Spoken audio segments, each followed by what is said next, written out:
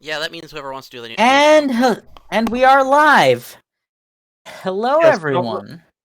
Hello, everybody. Welcome to the Storytime Network's own regularly scheduled Paradox Hour. In today's episode, we're gonna be going back to our deep dives and be talking about the Disney original series, The Owl House. Joining us today are Mill, Hello. Jack, Hi there. Logstar, Hello. and a small owl hiding inside a cactus. And there's also that one bird in the upper left corner, but we don't talk about that thing. The same way we don't talk about Hootie. Wait, that's not an owl. That's a duck. And he has a knife. Run! Oh no. I've been discovered. Also, you don't talk about Hootie. I talk about Hootie at length. We're all going to talk about Hootie at length, but we have to be careful not to say his name too much or we'll summon him. I don't Hootie, think Hootie, we're Hootie. ready to we're not ready for the consequences, Mel. World isn't ready. Hootie and the Blowfish. So yeah, Jack and Mill have previously watched it, whereas me and Logstar watched it this week. With Jack, granted, who rewatched it, but yeah, it was. It's a very good series. Do we want to go around the table for basic? You know what? First of all, why don't we have one of the more experienced people like Jack or Mill summarize it, like the basic premise? So, the Owl House basically follows a young teenage girl named Luz Noceda, who on her before she can be picked up by the bus to go to summer camp, stumbles through a door into another dimension where that is full of magic, witches, and monsters. And there she meets the owl lady, Ida, who is a particularly eccentric witch who takes her in. And they are also joined by the powerful, mighty king of demons, who is actually and his just rubber like duck. yes, and his rubber duck. And Francois, his bunny. And they live in the Owl House, which is guarded by Hootie, the Don't talk bird about tube thing. Bird tube. There's no other way to really describe Hootie, to be honest. He is described in the universe as a house demon and a bird tube. Yeah, that's basically it. That's what Hootie is in a nutshell. And before Hootie is actually the creator of the universe. I mean, he did curb stomp like the most. Yeah, most we'll talk about that. We'll get to that. We'll get to that, but Oh, funny thing is, Hootie and King are both voiced by Alex Hirsch. So oh, and it shows. It's wonderful, and it shows. it's great. And on the subject of Alex Hirsch, we will absolutely have a podcast about Gravity Falls one day. Yes. Oh, 100%. It would be really hard for us not to. We all love Gravity Falls here. Mm-hmm. Except Logstar, who has not watched it yet, but we will be having Gravity Falls watch-alongs the same way we had Owl House watch-alongs. And I know know that it's now not why even on I'm the schedule. here. Yeah, no, we need to remedy your lack of experience with Gravity Falls ASAP. So we've got kind of a generational thing here, where we each grew up with a different generation of our Disney cartoons, and I feel like that's probably the place to start. What did y'all grow up with? I actually didn't watch much Disney as a kid. I watched mostly Cartoon Network and Nickelodeon. Same. Let's What see. I did watch from Disney was live action stuff like Hannah Montana and Sweet Life of Zack and Cody. And So I did. Go ahead, Star? Yeah, let's put it this way. When I started watching the Disney Afternoon, it was just about at the end of when Gummy Bears was on it. Then there was like Tailspin, Darkwing Duck, things like that. Yes, I'm old. That was just like the 90s though, so it doesn't make you super. I mean, there's also original DuckTales. You know, in the before times. Well, yeah, that one also. Man. Oh, we need to do a. Speaking of DuckTales, we do need to do a podcast. Yes, about that will DuckTales, absolutely be one of our topics. But in addition to the tales of Leduc, I also grew up with so I had a bit of an odd situation in that where I grew up, we didn't get much syndicated television live. We mostly got bootlegs and reruns. Oh yeah, I think you mentioned this before. Yeah, so what we would end up doing is that what ended up happening is that I mostly ended up with shows from the earlier periods, the 80s and 90s. So I watched a lot of the same stuff that Logstar watched, actually. Like Tailspin was a big one. Original DuckTales as well for me. And I can say with a great deal of confidence, I'm glad. Like, there were some gems there, but I'm glad we've moved on. It's better now. Things are better. Yeah. Now. Mm-hmm. Oh yeah, though I've said my thoughts on why, but do you want me to get into it for the podcast? Well, you didn't say it on I a feel like- podcast, so please share with the class. I just get to thinking, of course, I would like this stuff more. I mean, the stuff that's around now was written by like my group, by people with my general cultural understanding and thoughts. So clearly, I'd like this stuff more, right? Yeah, because the people who grew up with you guys' shows decided they were not entirely happy with it, and were like, yeah, let's get us some of this stuff. Yeah, they're running Asylum now, so If only that could happen with anime and manga. mm. I mean, it is to a certain extent. It is Like, to a that's what certain the extent, way but shonen is. yeah, but like not the same way that it's happening with Western animation. Yeah, the biggest problem there is simply that they're kind of set in their ways in a lot of ways. no, the biggest problem isn't the authors now; it's the editors in the industry. Yeah, In the same way that it is with film. That's what I meant, like the producers and the editors. Yeah, but but we're not here to talk about that today. That'll be the topic of a separate cast. So So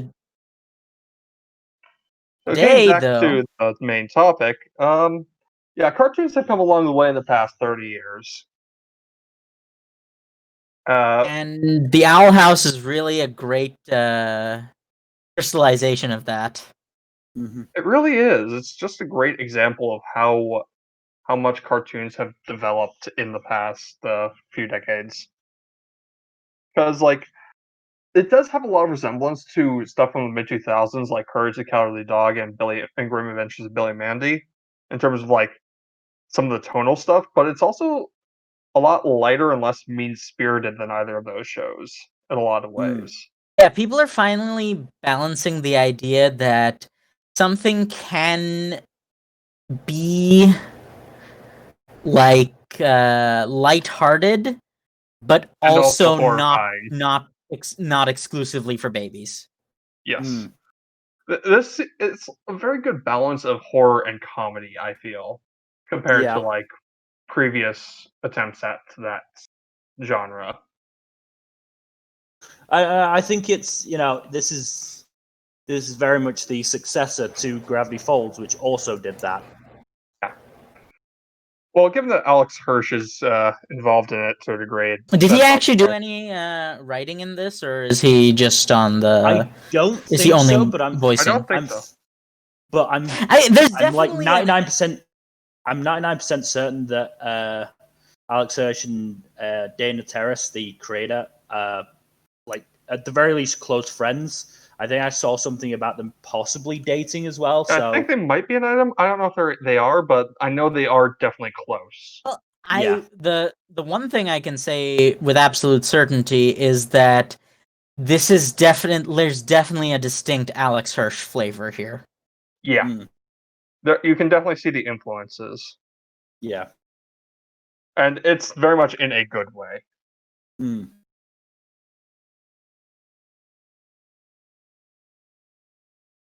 So do we want to, start going through episodes? So I will preface this by saying,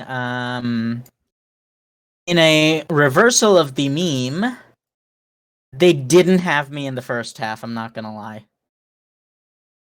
Interesting. Yeah, so the first few episodes, even with the exploration of some of the darker themes, was a bit on the generic side and a bit on the Yeah. light side for me I feel like personally. it was still finding its footing in the first few episodes. I It still think- started off pretty good, but it still was definitely I think- felt like it was still finding its footing. I would say the first great episode is episode 5, Convention. Yes, I can agree with that, I'd be actually. inclined to agree. It's also the episode that is the beginning of a ship that we will talk about at length at some point, I'm certain. Oh, yes. yeah. So, but I think my real turning point was that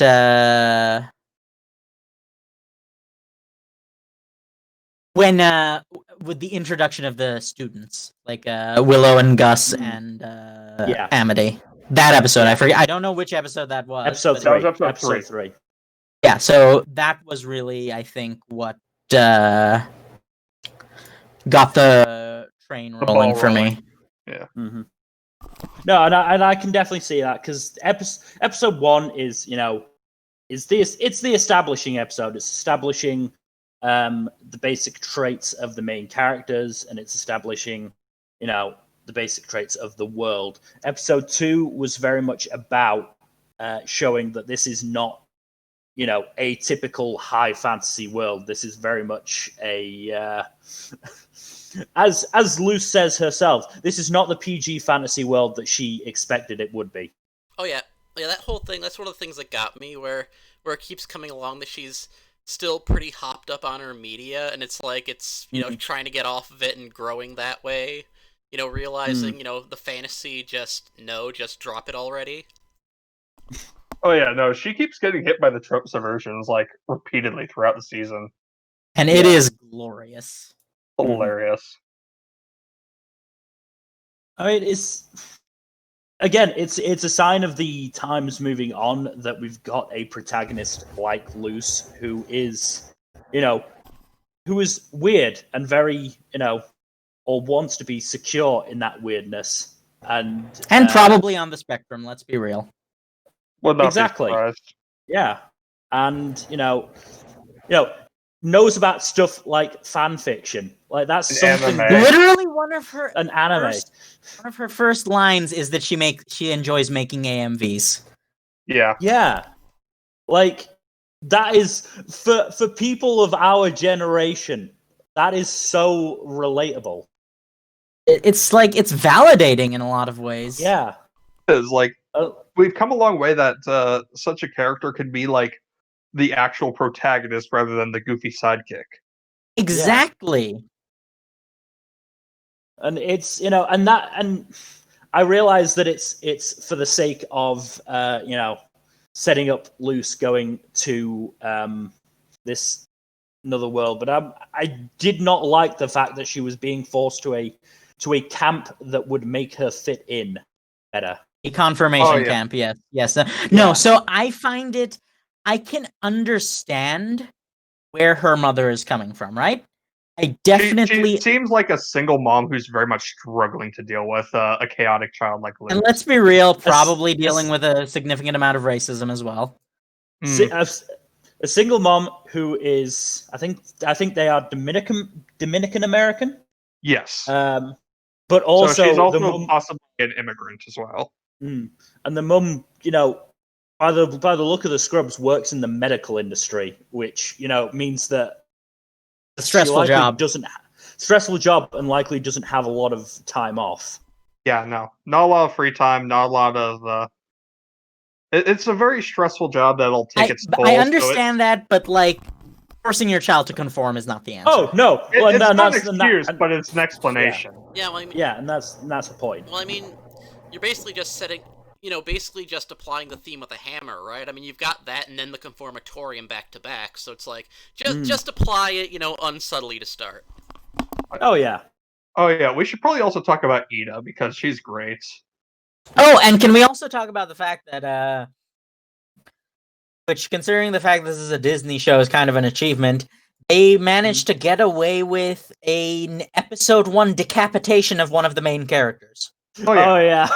Well, Oh god, Ida's like- that's effectively just immortal. so funny. It That's was just so bloodless funny. and she was fine, but at the same time, this ain't your grandpa's Disney. It really isn't. Like, if anyone were to tell me that Disney will always be like 100% G-rated stuff, I need only show them the first episode of Owl House to Yeah, prove them wrong. but People get it's just eaten, so people it's get just so funny. decapitated. A stalker is called out on being a creepy piece of garbage, where in many Yeah. Disney properties, it would have actually developed into some sort of romance. Of course. Yeah, no, That, but Ida does not have. Ida, being an awesome fucking character, does not have any time for that bullshit. yeah, but yeah, We should just the conversation after she gets decapitated is just so hilarious. Just Luce is like, "Are you okay?" And Ida's just like, "Yeah, this just happens when it gets older." Luce's like, "Does it?" There's just a Oh, lot of God. nice little touches in this. Like, I really like the fact that they had a thing where Luce just pointed out all the toxic mentalities regarding crunch in various industries. Oh Yeah. yeah, That was writing great. It was fun. While being literally crunched. Like, is the series the most subtle thing ever? No. No. But like, I mean- it has its charm. I mean, at the end of the day, this is intended for kids, say 7 to 11, and it's just the fact that these shows are getting better at managing to appeal to multiple demographics. Yeah. Mhm. But the fact that they are, because it is Disney, they are originally intended for kids 6 to 12, whatever. They aren't the most subtle thing, because that can go over kids' heads sometimes. Yeah, I mean, That's what the parental bonus jokes are for. yeah. Mhm. Oh, yeah. Though there were, there were some where it's like, I don't know if it's just my mind's in the gutter or if it's supposed to be that, but there were some that came to mind there. I Give mean, some the big examples for one. the audience. The big one for me is during the Grudgeby episode where Amity is like, "Oh, in uniforms, that girl is moving around, horny. sweating. I gotta go." Just runs away. He is a teenager dealing with an awakening. Yeah. And the very subtle line after that by Lou saying, "Oh, I guess she's out then," which just like, oh god, okay then. I That's didn't even a little, catch that. Oh my In god. more ways than one. Holy shit. yeah. I did not even notice that. I mean, obviously, Damn. obviously, Luce meant it in terms of she's out of this scheme. Well, But, yes, but like, yes. It's very clear that was the hidden meaning of it, was that she's being a very, very horny lesbian there. Honestly, and that Luz does not seem to catch on at all is even more hilarious. I really, really hope that they don't drag that though. In They- fairness, like Dana Terrace said in an AMA that the main reason that Luce hasn't picked up on it is that she was too concerned about Ida's curse. Yeah, that makes sense. And also, Oh my! Oh, I'm even more excited for season 2 now. oh yeah. Also, let's get to the fact that let's just tackle the elephant in the room real quick. Um, in an AMA, in I think the same AMA, Dana Terrace also mentioned that Luz is canonically bisexual and Amity is canonically lesbian. Yeah. Again, something that I mean, just look at fucking Korra, which had to fight so very hard for its ending. Now we've got, A yes, it's canonical, not, yeah, canonical queer it's not- protagonist. it's Like- not said out loud, but it's happening in the first season when I'm fairly sure, like pretty much before it even aired, Owl House was renewed for a second season, which Yep. means that That's the one that's one of them that's out there, which is good. I mean, mm, though, actually, I just need to ask. There was one thing I noticed. Is this one of those fingerprints moments? You know what I mean with that? Yes, Was Barely a Duchess supposed to be one of those? I don't know. Would you like to elaborate on that? On why that might be a fingerprints moment? Well, I mean, there's a lot of like barely whatever stuff out there, and it's like, okay, is that what they're going for? Are they seriously going for that? Is this a fingerprints moment? So I don't know, but I also wouldn't put it past them. Is the thing. Remember, there are a lot of creators who work in Western animation who at this point just don't give a fuck about this kind of thing and just slip in so many of these off-color references and just tone it out just enough that kids wouldn't catch it to please the Disney overlords. Yeah, but just the Disney overlords are letting any of it go through at this point. As I said, remember what I was watching? It's like none of that goes through. It's like, holy crap. I mean, it feels like the Disney censor has been asleep for the last few years by the fact that, the likes of Owl House and Gravity Falls are getting some of the stuff through that they did. Honestly, like, from what I've seen of just the most recent DuckTales season, yeah, no, the censors have been drugged and knocked unconscious. They have been out. Just lock them up and throw away the key at this point. Really. Yeah. And it is for the better because the cartoon that I remembered most fondly and grew up on was Avatar. Was Avatar: The Last Airbender, which had its share of incredibly creepy moments, and that to kid me made the show better. I'm about to make a number of people shiver involuntarily. Code the Face Stealer. Exactly. Like, Jesus Christ, that was so fucking. That's like nightmare. Like, that is just pure nightmare. Like, pure distilled nightmare. Good God. And as a kid, I remember like trying to keep a straight face myself and realizing, Jesus Christ, I would have my face stolen if I was in that situation. Oh, same. Hard same. There's no way I would get through it. Yeah, no, Call the Face Stealer is absolutely fucking terrifying, but you know what else is terrifying? Emperor Bellos. Oh, I love Bellos. Bellos is my favorite. How much do you want to bet Bellos is human? No money. I'm not betting on. It would be really interesting. I mean, we've only seen him for like I think he only showed up in the very last episode. Absolutely convinced that he showed up a bit in the penultimate episodes, and then most of his appearance was in the final episode. The line when they're stealing the hat and he just says, "I would know." I just love it. I love him. He's my favorite. No, excellent. He's one of my favorite Disney villains since Bill Cipher. Yeah, which makes a lot of sense considering Everything we've been talking Again. about thus far. Yeah, but like his fight with Luce, where like he's clearly just toying with Luce, and then Luce finally manages to land a hit, and he's just like, "Okay, you don't get to do that again." Yeah, Well, no. no, he did compliment her for He her did compliment her. He's like, shonen "Okay, fighting spirit. yeah, But he was just like, okay, you get that one, that's the last but you hit don't you get any more. You get one.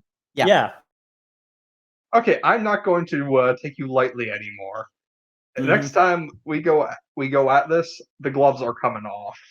yeah, But like there's something very I'm sure you've noticed there's something very artificial about his staff as well. It looks more technological than magical. Everything else has a sort of organic feel to it on the Boiling Isles, Yeah. but his staff is yeah. very clinical. There's all the gears and the Mhm. machinery. Like absolutely he is I'm 100% sure he's human. Hmm. If not But no. human, like deeply intimately related to the human world. Mhm. There is a lot to be said for the fact that he did want to go back to the human world. He wanted to go to the human world. He wanted that door very badly for for unknown reasons. that are Yeah, probably nefarious. though he strikes me as the type to not lie outright, so I kind of believe him when he says he doesn't necessarily want to invade the human world. I feel like he's the type that will tell half truths. I think you're right that he won't lie outright, but he'll do the Fey thing of just. Oh wait, no, never mind. Its actual meaning. Well, it depends on the wording he used on his deal with Lilith, but he did back out on that one, so it's possible. Yeah. But he has some very Fey-like qualities. Mm. And like his Don't voice know enough as about well. Bellos to really get a good idea of what he's about. Beyond the fact that he's really fucking sinister. Though again, Day of Unity suggests we have a scenario where he wants to fuse the magical world and the human world. That boy. just seems that is, you know. Yeah. It's just like so that's the thing about this show is that it's kind of living proof that just because something is tropey doesn't make it bad. Right? Yeah. Because this series is It's very all the execution. Yeah, it's this show is very tropey. You might even like if you're being unkind, you might even call it formulaic. But the thing is, it works because it executes it well and it executes it with like genuine care and effort behind it. And that is the thing that's coming out a lot more, I think, in past years' media, is the fact that it doesn't matter if you use tropes or not, it's how you use them and how well you execute them. Yeah, I think shows the quality. I think one thing that helps with that is that when you see a trope being set up, you kind of don't know if they're gonna play it straight or flip it on its head. Just making it where you're not sure which way it's gonna go at first. That also helps a lot. Oh yeah. Yeah, even this show even has a lot of things in it. It was kind of a fun game to figure out if they were gonna subvert a trope or play it straight with a lot of them. Mm-hmm. They always keep you guessing, and that I'm really glad we've moved on from the age of deconstruction in which everything was a bleak deconstruction. Oh god. Of tropes. I really did. I hated that. I think deconstruction. I like reconstruction. I love reconstruction. I think deconstruction is a useful tool. Don't get me wrong. It can be done well. I mean, like, take Dragon Age, for instance, is a pretty good example of a good deconstruction. I think. But I think when everything's a deconstruction, nothing is. Yeah, I mean, it's the tool, not the entire box. Yeah. Exactly, yes. That is a great way of putting it. But no, not everything needs to be a Song of Ice and Fire. We can have some Marvel Cinematic Universe stuff every now and then. Or it's just we can have a little MCU as a treat. Exactly. We can have some just fun nonsense that plays tropes mostly straight with a few subversions. It's not like it's gonna be the end of the world if that happens. I mean, maybe. I mean, you look at say Gravity Falls, which also did that. That nearly led to the end of the world. We'll talk about that when we get to the Gravity Falls episode, though. I mean, Yeah. for all we know, there's things that have led to the end of the world in Owl House. So, shall we go to? Let's do a character breakdown. Yeah, let's talk about the characters because we've only really talked a little We've already bit talked about Luz. Luz to a certain extent. Well, let's talk King, about her more, my baby because- boy. Yeah. Let's talk a little bit more about Luz before we move on because we Okay, only yeah. really talked about how she compares to most protagonists. But she's really just an interesting character overall because she's very much like an outgoing nerd who is who doesn't really neatly fit into any one stereotype. So she is a bit of a manic pixie dream girl. Just a little Only bit. one specific case, though. No, I mean just her general personality is kind of very, manic and hyper. I would say more Cloud Cuckoolander.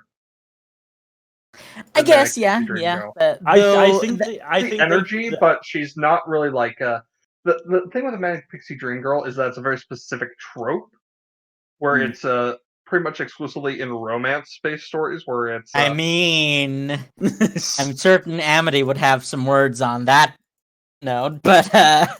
But the manic pixie dream girl isn't really the protagonist. Yes, they're the one that catalyzes the protagonist's development. And Luz is the protagonist, so she doesn't really qualify. I think the trope that TV tropes uses primarily is nightmare fetishist. That tracks with Luz.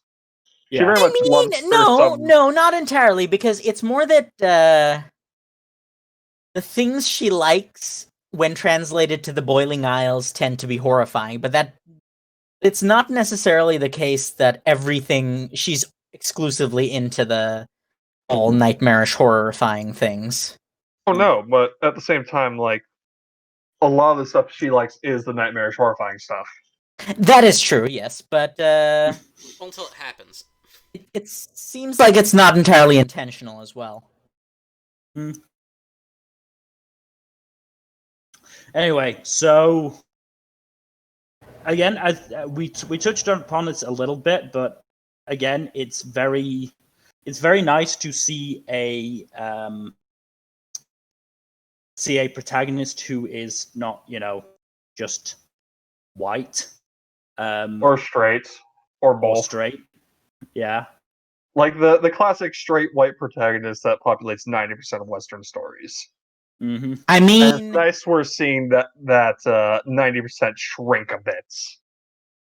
Yeah, no, that's been nice for a lot of reasons, and it helps with relatability a lot, right? Yeah. And she's absolutely one of us. Like, she is just a Zoomer nerd. Oh, absolutely. I love it. It's just it makes sense because it fits the character. It fits the generation as well. It's like, yeah, it's honestly a bit more unusual when a character isn't a colossal fucking nerd. Yeah, right? Because like, but our nerddom being a nerd is more or less mainstream now. Yeah, that's what it's like when you're a younger millennial and a Zoomer. Like, pretty much most people born in the 90s and onwards are much more nerdy and that's a much more accepted position. Yeah, no, it's much more accepted to like things that used to be niche. Mm-hmm. Like, video games have become so mainstream that they're basically a sport now. Comic books have been adapted into the most successful film franchise of all time, and anime is becoming mainstream at this point. So it's like, what used to be niche is now mainstream, and Luz is a good reflection of that. Yeah. But, again, as people who grew up with protagonists who were not necessarily like that, and who may have been, we did get nerdy protagonists, but more often than not, they were very much ostracized for that nerdiness, and were the Yes, unpopular that's the kid. important thing, is that they were considered to be other, even if they were the good guy and was like trying to be positive about it. They were absolutely considered to be outsiders because of their nerdiness. Whereas, and that kind of dominated their whole character. Whereas with characters like Luz, it's kind of just that's part of who they are, but that's not entirely who they are. And also, Luz's nerdiness actually helps her make friends. Yeah. Which is that's the thing, is that it's not something that makes her a social outcast. She's a social outcast because, racism. But also just she's kind of eccentric and chaotic. Kind of. I mean, for a book report, she brought in live snakes. Yeah, I'm pretty sure we passed kinda a few miles back. No wonder also, Ida chapters took her in so quickly. Oh yeah, can we just agree that Ida is just a better mom to her than her actual mom? Ida is just such a great character in general, to be honest with you. She's like the wine aunt. She's the wine aunt in the best way possible. Yeah. So I think the way I like to think of this is that Ida is a very welcome subversion of the comedic sociopath. Mm-hmm. Because she pretends to be... Yes, what were you saying? Oh, no, go finish your thought, then I'll say mine. She pretends to be like a comedic sociopath, but that's more of a veneer that she uses to hide her vulnerabilities, but she's actually a very deeply caring individual. Yeah. Mm-hmm. I will also say she's a very fun take on the usual mentor trope, that most mentors with her general demeanor tend to be male characters, like, say, Grunkle Stan from Gravity Falls. Yes, you always see the crazy uncle, you never see the crazy aunt. And I feel like that should change, because Ida is a great crazy aunt. Yes. Ida is like just the best. She's part of what makes this show so good, and also I just as an aside, her initial design, like her design for when she's younger, is incredibly anime. Like a lot more than you'd think. She looks like such an anime protagonist with that design. Yeah, it's almost odd. Almost like it's intentional. Well, no, it's absolutely intentional, but like it's just very interesting to see that that animators and like content creators nowadays are being more and more willing to be less monolithic with their designs. I do feel like Ida in particular is very much like, if anyone was going to look like an anime protagonist in the series, it would absolutely be her. But no, what I'm saying is, we talk a lot about art styles, right? Mm-hmm. But the idea that you can have multiple art styles in one show while still having it like fit together is a lot less common than you'd think. Mm-hmm. Yeah. Oh yeah, I mean, of course that's like what's happening in all media at the moment. I mean, it's been happening for a little while, but yeah, it seems like we're finally getting better at actually pulling it off instead of just throwing things together. Yes, exactly. Is like the reason people seem to be against the idea is because it never meshed well, and so it just came off as jarring or abrupt. But yeah, sometimes it works, like when it's like a different art style for a flashback, for instance, or a different art style. Well, yeah, but like the idea that it's just something that just happens. And for example, it's not even related. It's a much more serious issue, but the fact that Willow has two dads, right? That's Oh yeah, they it's don't not make a even big deal really. out of it. Yeah, no, It's it's just just, like treat it as yeah, it's just normal. taking, that's just how it is. Some people have two dads. That's a great example. And I feel like to a certain extent, that's what's happening to art styles now. Is that yeah, there's two art styles here, so it's no big deal. But speaking of anime and Ida, her two witches duels with Lilith. Oh, those Like- are straight out of anime. Like Yeah, Jesus Christ. they just went all overboard with that. I mean, the second one was they just went full Dragon Ball with it. Oh Se- yeah, Like second they one was literally just- had the aura. They were the aura was straight out of Dragon Ball, and they were Mhm. having like aura clashes in the same ways.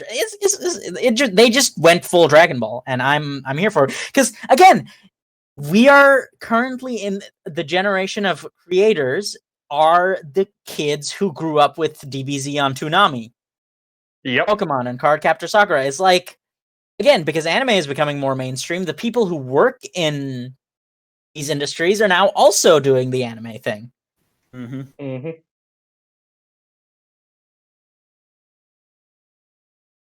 But yeah, Okay, like, so I mean- we should talk some more about like Ida, who she is. Is that so? Despite the fact that she claims to like, she's got she's got that thing going for her where she's like claims she's just like children and claims to hate kids, but she has at least 3, maybe 4, if you count he who shall not be named or spoken of in case we invoke him. Hoot hoot. Hooty hoot. Guys, I think guys help. I didn't mean to say that. Oh no. Okay. So but yeah, it's just that's another Well, thing. I mean, the episode that really puts this home is the library one, where like she is asked to babysit the Bat Queen's babies, which are okay. cute and horrifying in equal measures. I will say, even when they're trying to eat your soul, they're kind of adorable. Yeah, I kind of They're like. very I cute. love Very the ugly Bath cute. Queen and her family. I like Loki, probably my favorite supporting characters, or It's like my the favorite poster B image plot for- characters. It's the poster image for oddly wholesome. Right? So, Like yeah, she's and very like- and, clearly like, she- just go on. But yeah, and so in that episode, you know, at the start she is saying, "Oh no, this is all for the money." But at the end of the episode, you know, she's curled up asleep with the babies in King, and when she realizes that their mum has come and picked them up, she's like, "I miss my babies," and like it's more slightly more subtle with Luce, but you know, it's very much there as well. Yeah, and she did it pretty quickly. Like there was no real hesitation or like it wasn't really a grudging thing. She was happy to take No. Luce on as an apprentice. Like Yeah. it like obviously she was making her do the busy work initially, but like that's not her being a grudging mentor. That's just her being Ida. Yeah.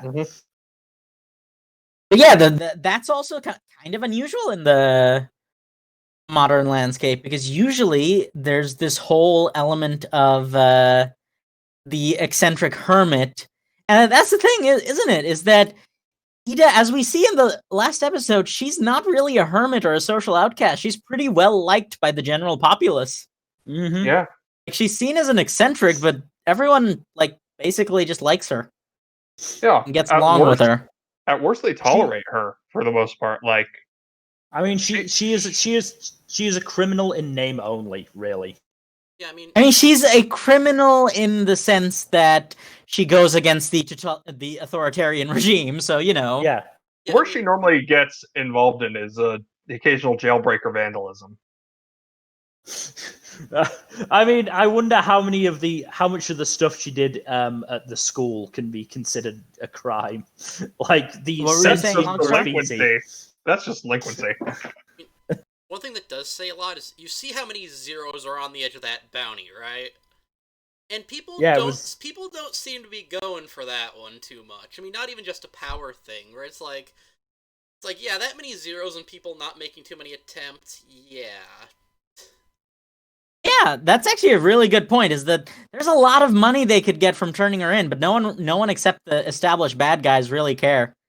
Try. In fairness, anyone who tried wouldn't even be curb stomped by Ida. They would be curb stomped by Hootie. Oh yeah. We'll talk about that later. And But put that many zeros down and on anyone like here, you will have people coming on mass trying to do that. The body count will be ridiculous. Mm-hmm. This isn't like the One Piece thing where it's like their powers the bounty is a power scaling thing. No, this is just like this is how badly the Emperor wants this person to be brought in. and suffer a horrible fate worse than death. Hmm. But we will get to that. Let's talk about King, because he is everyone's favorite character here, probably. Really? I like King, but he is in this first season. He was more likely to have my least favorite storylines. For example, Is it the episode writing 14, the writing episode, the circus episode.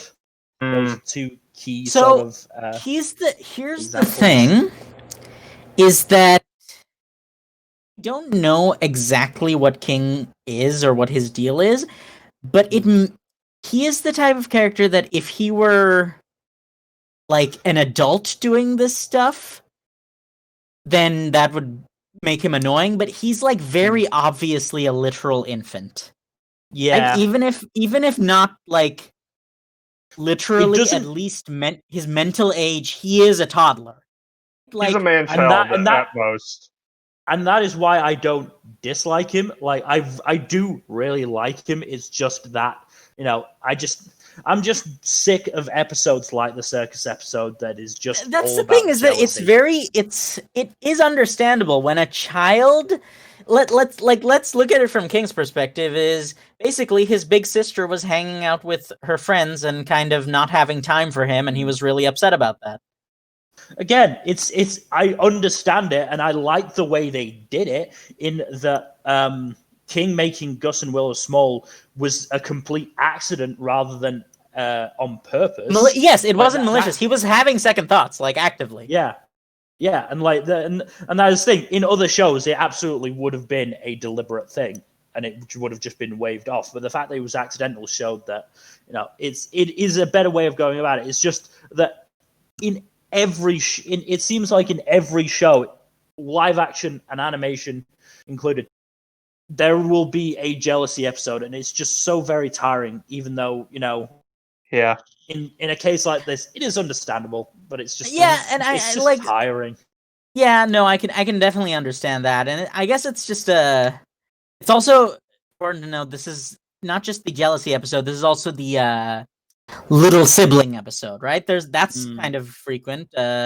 Unfortunately, Alex Hirsch's little sibling episode lasted into the finale, which, you know. Let's talk about that one.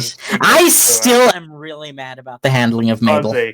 Fuzzy. We will get to it. We will burn that bridge when we get to it. Yeah.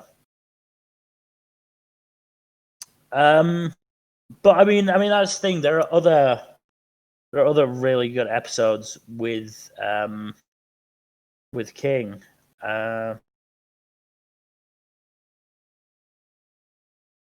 I'm having trouble. I mean, for example, during the Grom episode, when he gets stage fright because he's up in front of teenagers who are horrible people, because of course teenagers are. And like that's really understandable. Nobody ever wants to be stood up in front of teenagers. I don't think even teachers who have to do it for a living really want to be stood up in front of teenagers. Yeah. Also, I do love that the show consistently shows that teenagers are horrible, like, because they are. Like, teenagers are basically in the midst of childish immaturity and I'd like to talk about Amity while we still have time, and I'd like to We're not even halfway through, dude. We have time. Well, yeah, but you know us. Fair enough. We're going through characters. Just let us get through King, and I want to talk about Hootie after that because he is pretty. Yeah, we're much gonna talk sort of about the residents of the titular Owl House before we get to the rest of the cast. Fair enough. But we can talk about absolutely talk about Amity after Hootie. Yeah, that sounds good. That sounds like a very good idea. The thing about King really is that he is the sort of character that if handled worse, and I actually feel this way about Gus as well, who we'll get to in a bit. King is the sort of character who, if he was handled a bit worse, would probably be the most annoying character in the series. Mm-hmm. Oh, absolutely. Kind of like Mabel is. But as he is presented, he's at least like it's possible to empathize with him. Right? For example, another good plot line was the Intruder episode where we got the reveal about Ida's curse. Yeah. Did we talk about that at all? No, we haven't. We'll talk about it in a bit, but like he was doing it in a plea for attention, but at the same time, he did like legitimately, sincerely want to.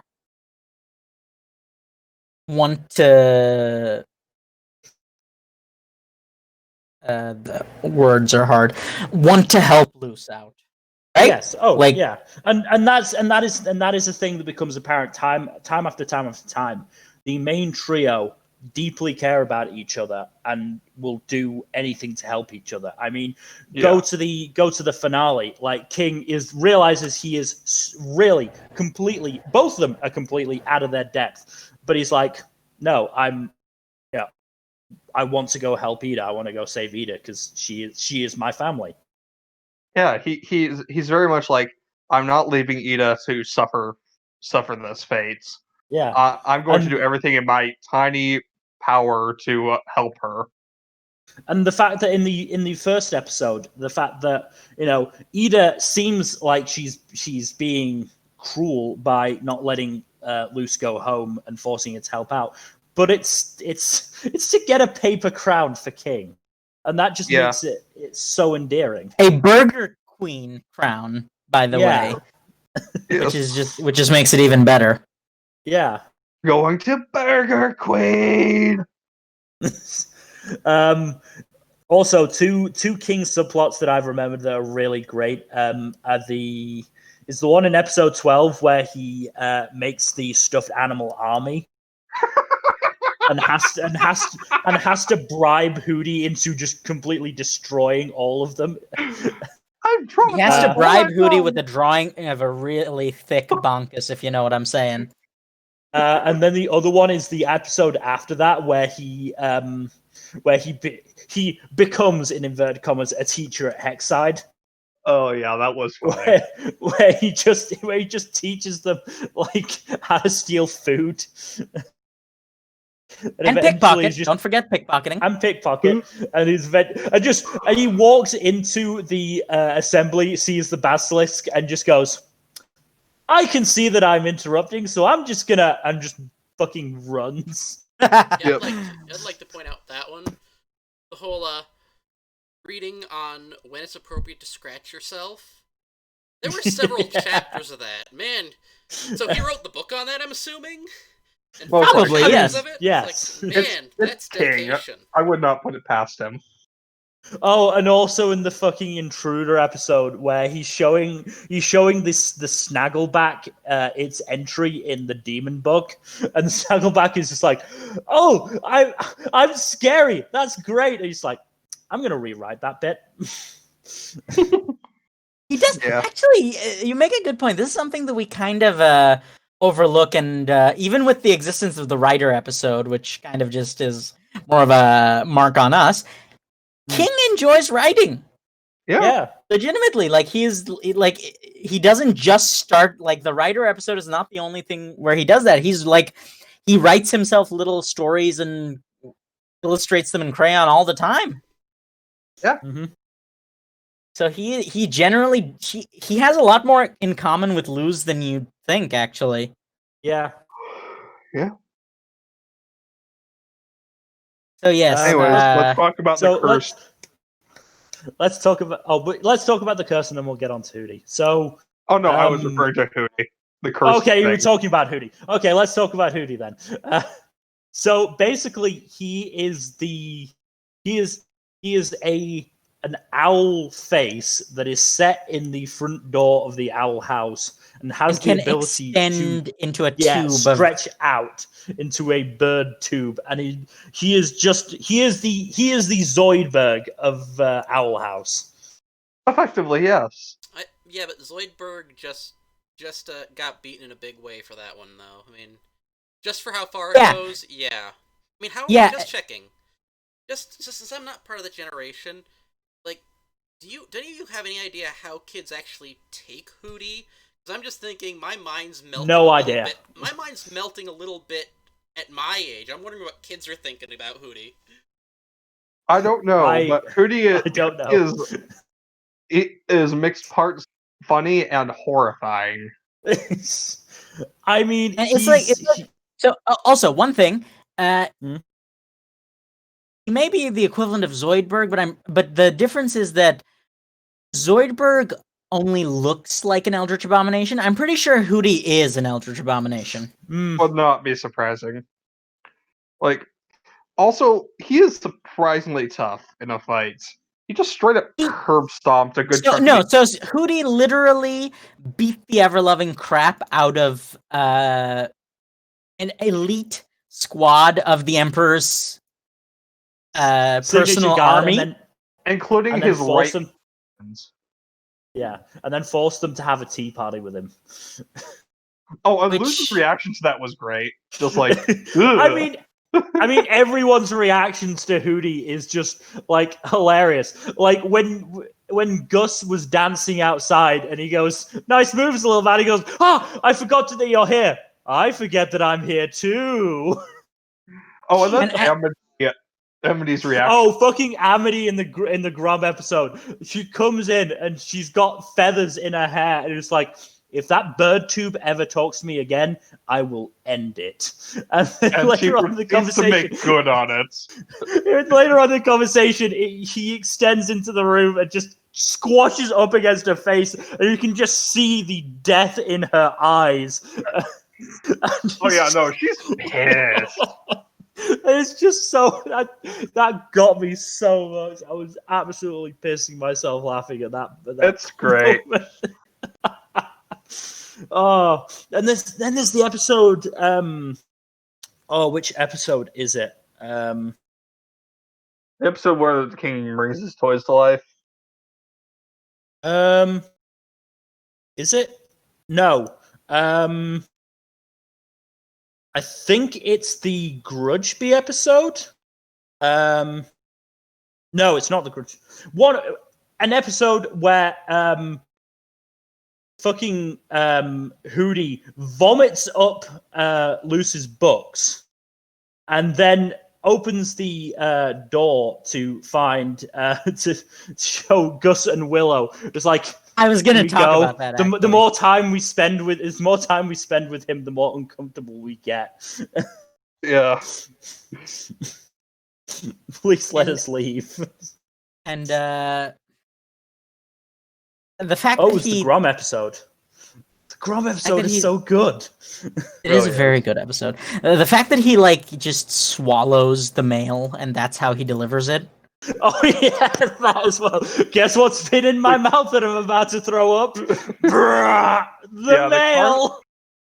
He's funny in the carnival episode too, because it's like he's left to his own devices, and he just like they all go, let's go to the carnival, and who's like, yes, that's great, and he just goes away, comes back with like a hat, sunglasses, like fucking sun cream on his nose and a camera, and they've just left him. And where did he get them?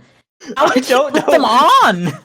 And he starts talking with a fly, and at the end of the episode, he's still talking to that same fly, which eventually just gets we can only assume gets so tired that it commits suicide and flies into Hootie's mouth. It's At the great. idea I of know them what being friends friendship forever. tastes like. It's like bugs. Well, it's one of my favorite lines in the series. Yeah, and just like again, Hootie is one of those characters that could so easily be like really annoying, but it manages to go from hilarious to annoying and horrifying to completely hilarious again, like It very does quickly. go full circle. It really does. Just crosses the line twice there. And like fucking Like, what during the is- grudge no, match so- between Lilith. So you know what is interesting to me, and this is one of those things that seems like it's thing that's just mentioned in passing, but is probably going to be an important plot point. What? When Ida says, when Ida is convincing Gus to interview her, she says, "I'm a powerful witch who lives in a secret fortress," and Hootie says, "And the secret is me." I'm wondering how much of that is true, considering the fact that Hootie is powerful enough to basically curb stomp some of the strongest mages in the world. If what Yeah, we were led to believe is true, so I'm just like, what is he? We don't know. Yeah, and I feel like that's gonna be like one of those things that's gonna be explored, and the answer Hopefully. will not be what we think. Probably not. I mean, Right, now we it can seems talk. it's. Oh, and the thing about the episode before she decimate or just destroys the Emperor's Coven, she goes out, finds Lilith, and just brings her back without like Lilith being able to do anything. Oh yeah, no. That just speaks volumes about how about what Hootie can do. Yeah. I mean, Also speaks volumes, and this is something that Ida kind of pointed out as well, that in the Moonlight Conjuring episode, Amity, who is something of a she's not a prodigy, but she works decently hard, and she's not unskilled, and like three others who are assumedly on a similar level to her, even if a little lower, they can't even muster the magical energy necessary to bring a doll to life, whereas a human child who skipped grades and Willow, who admittedly is very powerful, are able to somehow bring the entire house to life. But what I'm wondering is if that, because Ida comments that would take a lot of magic, but I'm wondering if it's partially because Hootie may have subsidized a lot that on his own just by very existing. possible. Very like, possible. I mean, he is And the there's house is also, like, it's known that the part of the strength of the spell is the bond between the participants, and we know from explanations throughout that Amity's bond with Basha and the others is very superficial.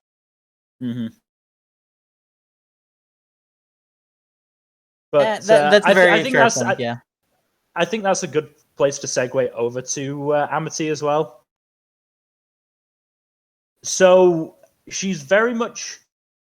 So I watched this only 2 or 3 weeks ago, which meant that I knew vaguely the character arc that Amity took into. And the three of us watched it this week.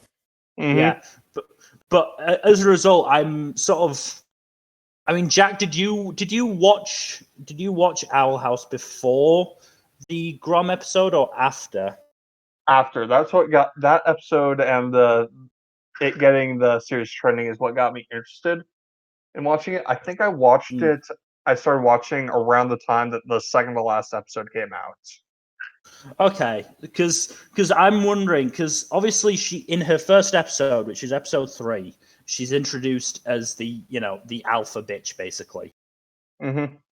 But so in that first conversation with Willow, like, yes, what she's saying can be construed as mean. Well, is mean, but I'm not. I'm not sure if this is because I know the arc that So Amity I was goes actually on. going to comment I'm not on sure that. if it was if the feeling behind that Yeah, so dialogue was actually mean. I know what you're saying, and I was actually going to comment on that because something that's occurred to me is that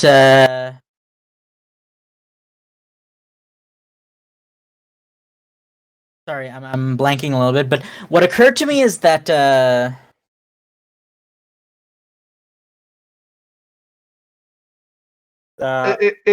it strikes me as the idea that Amity was never particularly malicious to begin with. No. Okay. Oh, no. I've remembered what I was saying. So there is the episode in which the knee episode, right? The mountain episode in which Luce discovers that the magic glyphs are everywhere. Mm-hmm. Yeah. In that episode, and props to Amity's voice actor for this, but what happens, what Amity says to her in that episode about the baby class and like the fact that what the requirements are to like be in like the proper class. Yeah. That episode really drove home for me that well, what Amity says depends on the delivery, and those things could have been construed as mean or condescending, but she was just genuinely concerned and making conversation and like asking about what's going on with Luz. And that really I think is I think she was still playing into the mean girl persona in the initial, because her tone was not like that. Her tone was more overtly. Maybe it was just they were trying to make it more of a twist or something. Yeah, but again, in that first episode, what she is saying can definitely be construed as just the mean girl talk. But knowing that she and Willow used to be friends, and that she's actually not that bad, and that the reason they stopped being friends was not that Amity wanted to, it was that her parents forced her to. It reads like it reads like an oblique warning almost. Mm-hmm.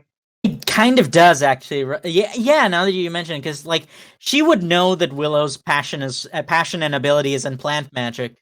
That I still don't understand. Willow's parents kind of seem like they're that feels like early installment weirdness more than because Willow's parents seem like they're really supportive and decent people, considering her memories of them are mostly happy. So it does feel like there's some like that was early installment weirdness. Mm-hmm.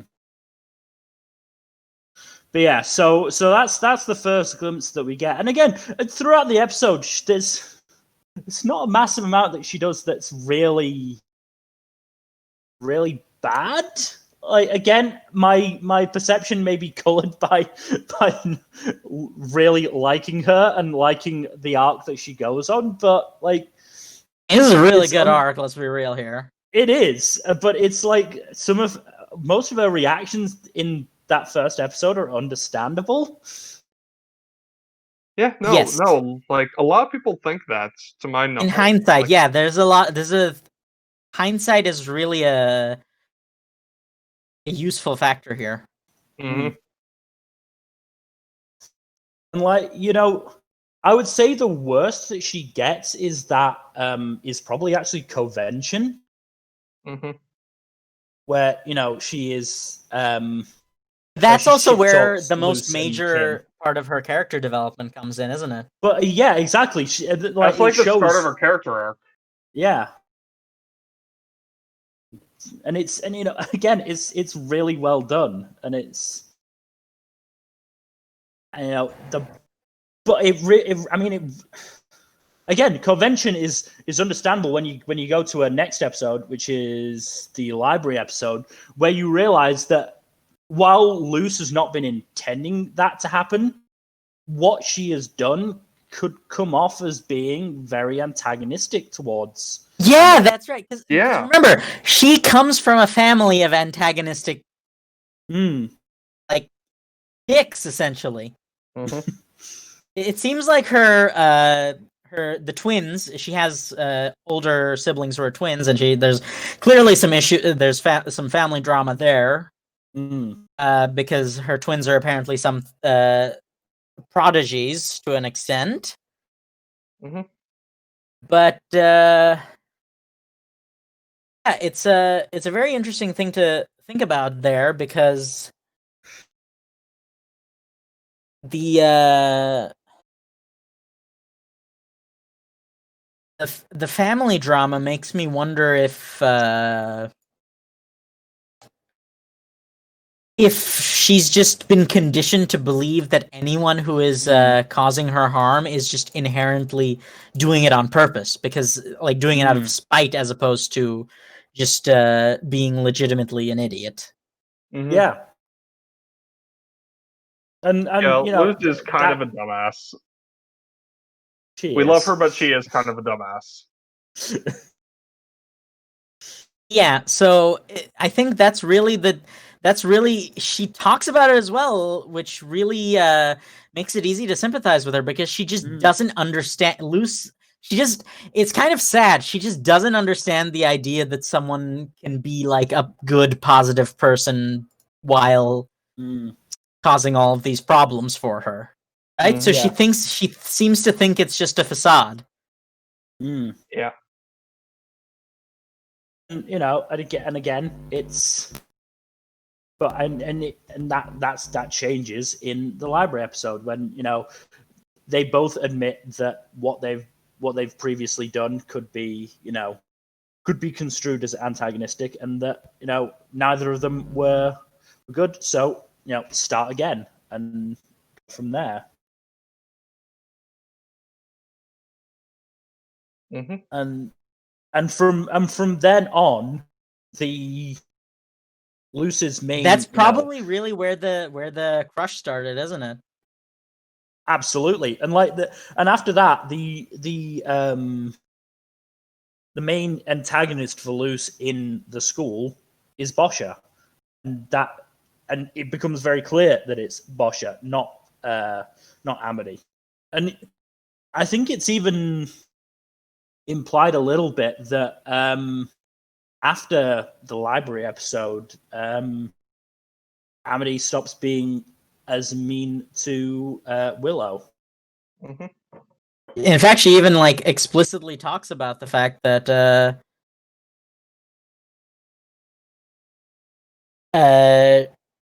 she grew up in the Grudgeby episode, I believe. Mm-hmm. Well, they do it in the Understanding Willow episode, which is another really good episode. Yeah, it's basically like she's still hanging out with him out of obligation, but she really just doesn't want to anymore, and it's becoming clear because she's becoming very snippy and passive aggressive, which is very fun, right? Like, I mean, the fact that she didn't want to hang out with them was clear in the Moonlight Conjuring episode. Well, what I mean is, I suppose, is that she's being more overt about the fact that she's really not about that life anymore. Mm-hmm. It's going to be interesting to see her parents, because apparently we're probably going to see them next season. Oh, I would be very surprised if we didn't. I know we're talking about Gravity Falls a lot, but Amity very much seems like Pacifica done better.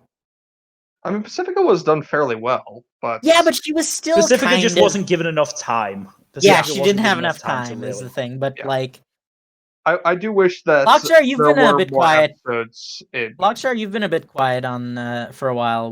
What's your take on Amity as a character? Well, I mean, you're really going over all. I'm just staying quiet until I have something better to say, because you guys are really just hitting a lot of it right now. I mean, yeah, but like, since when has having something better to say ever stopped us from saying things? We say things when we have nothing better to say all the time. In a sense. But so I would like to say one thing though, is that I'm glad that the character I'm talking about, you may or may not share my views on this, is Mytholomule, the Ooh. one-off villain from the HAS episode where Gus is kind of being a ding-dong. Hmm. Mhm. So the reason I want to talk about that episode is that it's interesting to me because this is an example of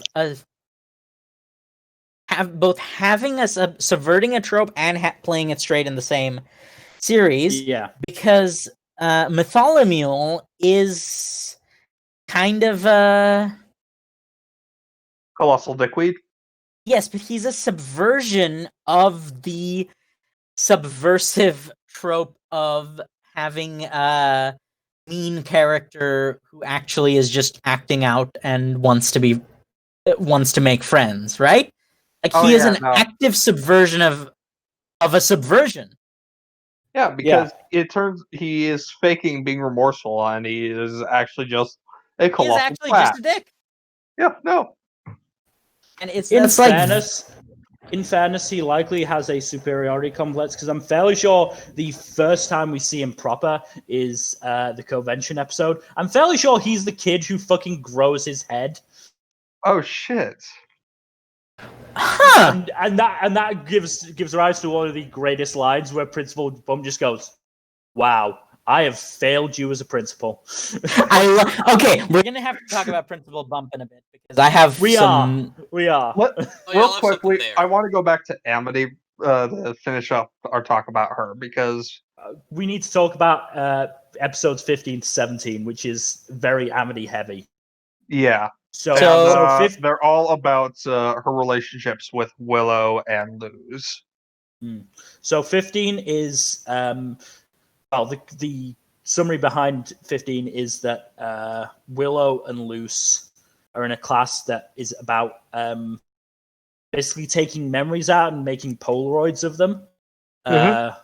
Amity sees one of her and Willow and decides to basically burn it to get rid of the evidence, but that basically burns all of Willow's other memories as well. Which, one of my favorite lines. Why did they make memories so flammable? Yeah. It's a really good point. You'd think There figured is out a way so to much make them. lampshade hanging in this show. Yeah. And Luce and Amity go into Willow's mind to repair the damage. And again, there's so many hilarious lines in this episode. Like when because this is Amity's first visit to the Owl House, and she goes, "So this is the Owl House." Yep. And you sleep here when the night critters allow me to. It's just like Jesus Christ. There's so many good one-off lines in this mean- show. I would like to draw attention to the fact that Amity has apparently been thinking about where Luce sleeps. Mm-hmm. I mean, we already know from the first day episode that that Amity is very much in the starting throes of her crush for Luce, because Amity is she's absolutely walking a around disaster alone lesbian. going, "Oh, absolutely, she's the fucking definition She's of it." probably But the biggest disaster lesbian I've seen in a while. Yeah, and just like she's fucking like walking around just going, just because we're at the same school, nothing's changed, right? It's just it's fine. It's fine. We're classmates now. It's great. Yeah. I know we've talked about the Grudgeby episode, but just like the whole. We will go into more detail about the Grudgeby episode because there's so much to talk about in terms of Amity being a disaster lesbian. That's really the episode where they stopped trying to be subtle about it and just went, "Yeah, no, this is happening. That's her thing. That's her deal." Yeah. And just like when during the Understanding Willow episode, when Amity, goes to rip up the invitation to the Mean Girls party, and she goes, "I would do this, but it's an actual butterfly, and so I hope you understand the meaning behind this, but I can't do it." and then really nice touches that she sets it free afterwards, which is just that's nice. Mm-hmm. But So that's episode were we Understanding on? Willow, and that's Yes. that was 15. So that was, that's a very, because again, it shows, or that confirms that the reason Amity and Will stopped being friends was not because of something that Amity wanted. Yeah, no, it's Yeah, it because was her parents absolutely were not assholes. absolutely not Yeah. something she was a fan of. It was just the bad parents. Then we get to the Grom episode, which set the internet on fire and was. Oh yeah, no, it got the hard on basically every social media platform. Like I was already interested in Owl House just from the sneak peek of the first episode that they posted before it. Now, this correct was me the if I'm episode wrong, that solidified was me this wanting to. First, this first girl ship in a more aimed at children Disney I property. wouldn't say it's the first ship, but it's the first thing that has a strong Some basis sort of in confirmation canon or story basis. from Yeah. a Disney show. Yes. Yeah. Like, I'm pretty sure Luz is the first canonical LGBT protagonist in a Disney series. And as a bi person, that is so great. Yeah. Anyway, so the Grom episode, as we've said before, is it's probably the best episode of the show, I would say. Because It's very much up there, yeah. I mean, it starts off by King discovering cat videos and flat Earth conspiracy theories. Oh, I love Luz's via response Lucy's to that. phone. Okay, that's enough internet for you. Fucking Luce sends a thumbs up emoji to a mum, and King goes, "Severed hand, perfect response." I mean, you can't go wrong with a severed hand. As Ida has shown us many times, Ida has a habit of just like taking her hands off. Yeah. You still don't know how that's possible, by the way. Yeah. She's Ida.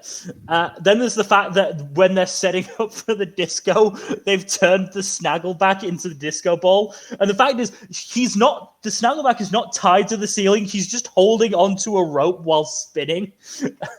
And Bump asks him, how's my disco ball? The Snaggleback goes, nauseous. Bump goes, great, just keep it up for 36 more hours. I love just all the morbid shit that's said in this show, because it's just like, how did they get away with this shit? Yeah. Oh wait, yeah, they dragged the censors. And so the basis behind the Grom episode is that Grom is basically Prom, but also Grom an Eldritch Queen. Horror. The Grom Queen has to face Grom, which is basically a shapeshifter that turns into your worst fear. And Amity was made Grom Queen and really didn't want to do it for suspicious reasons, let's say.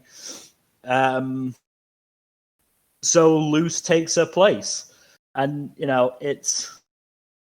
And this is the episode where Amity beats the shit out of Hootie, and the next time we see Hootie, he's got band-aids and an eye patch. And then there's just the little details in the episode are really good too. Like, what's her name? Skara and her boyfriend have just such a bunch of funny interactions. There's also in the background. the fucking inviting her to Grom, where he like collapses, and they get like a fucking EMT crew in. As a slight aside, I'm pretty sure there's just casually the couples. There's a gay couple, yeah. Yeah, there is a gay couple. Yeah, there is. And it's not even like made a big deal of. It's just they're just another couple that's dancing. Yeah, they're just shown next to a straight couple, and it's not treated as a big deal at all.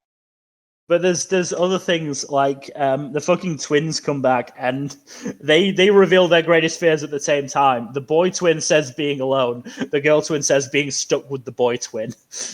Yeah, I love the twins. They're fun. They're great. They're fun. They were absolute dicks at the start, though. They No, were absolute dicks, but they were charming dicks to an extent. Yeah. I don't condone their behavior, but like No. their pranks in the But you library do episode find it were quite hilarious. hilarious. Yeah, Yes. like their pranks in the Here library at the episode were Paradox Hour, hilarious. do Like, not condone their behavior, but we do find it how- hilarious. yeah, but just their pranks and that one librarian who they kept like they changed the Love non-fiction Gary. section Gary to is my fiction. favorite. And he's just like, "Oh my god, what is the world? Is everything fiction now? Oh my god!" Well, so what was your commentary on that? I remember you having a specific reaction to that particular running gag. Oh man, wait. Can you have? The librarian freaking out over all the pranks in the library episode, just having an existential crisis. Oh god, I'm trying to remember what my reaction was to that one. If I remembered, I'll tell you. Ugh. It was so funny though. Anyway, Yeah, I had a we'll lot of get back reactions to a lot the. of things. Oh, I've forgotten about the subplot in the Understanding Willow episode, which is Ida and King trying to convince Gus to interview them, and just the hilarity of some of the stuff they're doing. Like, Ida gave Luce and Amity a bell to ring when they wanted to leave. And they do ring it at one point in the episode, but Ida doesn't hear it because she's got a handful of the same bells as doing. She's like playing the theme song, by the way. Oh my god. And then at the end of it, he ends up choosing Hootie, which and Ida's just He like regrets that real fast, by the way. Oh, he yeah. does regret it real fast, but Ida's just like, I swear, one of these days I'm going to bake that bird into a pie. Oh, yeah. King is like, I'm going to bake that kid into a pie. Oh yeah, I mean, Why not both? Hootie Go ahead. definitely has some great stories, but Hootie is not the one to tell it. Someone else needs to tell the story somehow. Get into that brain. Do not flip out by what you see, and just tell the story. So Hootie does not do it. Mm-hmm. Yeah, and then when Luce and Amity do come out and see that Gus is gone, Luce asks where Gus is, and Ina goes, "The kid's fine. He's just dead to us." Luce goes, "Those are very mixed messages." Yep. Anyway, Yeah, back to the Grom episode. back to Grom. Let's talk about the big fight at the end and the reveal. That Well, let's just talk about Luce's fears for a minute. Like, she initially says jerks online who want to debate, which And it's just is incels. that topical. Incel neckbeards, yes. Yeah, Fedora Yeah. and Milady. Human souls trapped in cats' bodies, and milk because she's lactose intolerant. and it turns out her actual worst fear is disappointing her mother by lying to her. Too real. Too real. Good Very real. God, too real. It's so- a and very so- real fear. And so Luce, runs and is confronted by Grom. Ida's about to step in when fucking Amity just dynamic entries into the scene. And Grom turns into Amity's fear, which is a figure rejecting Amity, and the figure looks oddly familiar. Let's say. Suspiciously familiar, yes. And rejecting Amity's proposal to go to Grom, and Luce basically goes, "Well, why don't I go to Grom with you?" And and they end up fucking destroying Grom. Careful by with your dancing. pauses there. that we haven't quite gotten to that level yet. Nope, not even close. But the fucking dance scene is so smoothly animated. Oh, it is a gorgeous scene. It And is not to absolutely mention, beautiful. I'd just like to point out that I fucking love Luce's Grom outfit, which is top half tuxedo, bottom half skirt. It's really No, it's neat. bottom half tutu. Yeah, Literally dressed half as a ballerina. But usually girls go to these types of events dressed in dresses, and so it's really nice to see a non-typical formal. She also outfit for a styled girl. her hair in a different way as well. Mm. It's much more gender neutral. And Ida was in a fucking suit as well, which was amazing. I mean, it can rock a suit. That's not even a question. Yeah. I also love Look, that. I like badasses it in when, suits. I love Mhm. when King is like all wholesome and supportive because he's like, "Girl, you can rock anything." Yeah. Hmm. It's very But sweet. yeah, just that fucking Grom scene, so fantastic, and it ends with Grom exploding behind them as Luce catches Amity. Hmm. Oh my! Yeah, Yeah, and complete with twirl and but after that is revealed that the person that Amity wanted to go to Grom with was Luce. and I will thus say the exploded. Yep. I will say the one thing that kind of made me worried was that Luce very specifically says, "I'll go to Grom with you. That's what friends are for." And I'm just like, oh, please don't friend I zone would her. be I would be concerned if like Dana Terrace hadn't said no. This is this. Well, she hasn't outright said this is going to happen, but she said this is a show that I wanted to make Loose because I am bisexual myself, and so like I can't see that happening. Like Mm. the fact that she's outright stated that Loose is bisexual makes me think that it is going to happen at some point. Yeah, but the fact that she's bi also worries me in case they, do a jealousy arc. I don't imagine that's going to happen. I'd prefer to go without a jealousy arc. I would prefer that as well. We'll just have to see. I want to be optimistic about this and say that they will get together soon. Yes. I mean, well, I don't imagine it's going to. I'm just gonna get into it. I mean, but that's what friends are for thing. I mean, if Luz is supposed to be clueless, I mean, it might not mean probably doesn't mean anything other than that, right? Just she doesn't quite get it yet, just doesn't suspect a thing, so, she's gonna be like, oh, we're friends, because, that's what she thinks, going on. Mhm. Yeah. There's also the fact that there was a sketch by Dana Terrace on Twitter about Amity writing the note, and the twins tried to lean in and see it and just got chucked out of the house. Oh my god! No, that tracks. By a giant fist. Yeah, that tracks. Let's talk about Amity's Gay Disaster episode. Oh Jesus! There was a lot of blushing. I think the whole. Completely red at one point. 15 to 17, like Amity was 50% blush. Like in those 3 episodes, she just was consistently blushing. I think what the funny thing is that